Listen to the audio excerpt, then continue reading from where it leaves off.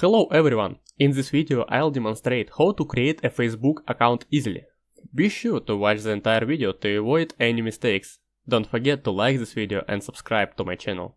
Let's get started. First, open the Facebook app. If you already logged into a Facebook account, log out by going to the menu, scrolling down and hitting log out. After you've logged out, select create new account and then get started. Next, enter your first name and last name, followed by your date of birth. Then select your gender, choosing from female, male or custom. Enter your phone number to receive a verification code and create a new password.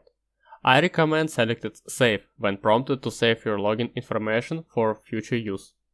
Next, agree to the terms and conditions and enter the 5-digit confirmation code sent to your phone number.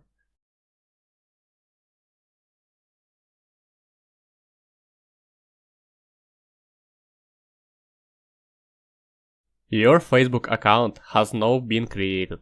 You can add a profile pictures and other details, or skip this step and hit Done to move to your new Facebook account. Feel free to ask any question in the comments below. You can also check out my Facebook tutorial list, which can be found in the description. If you found this video helpful, please like it and subscribe to my channel. Thanks for watching.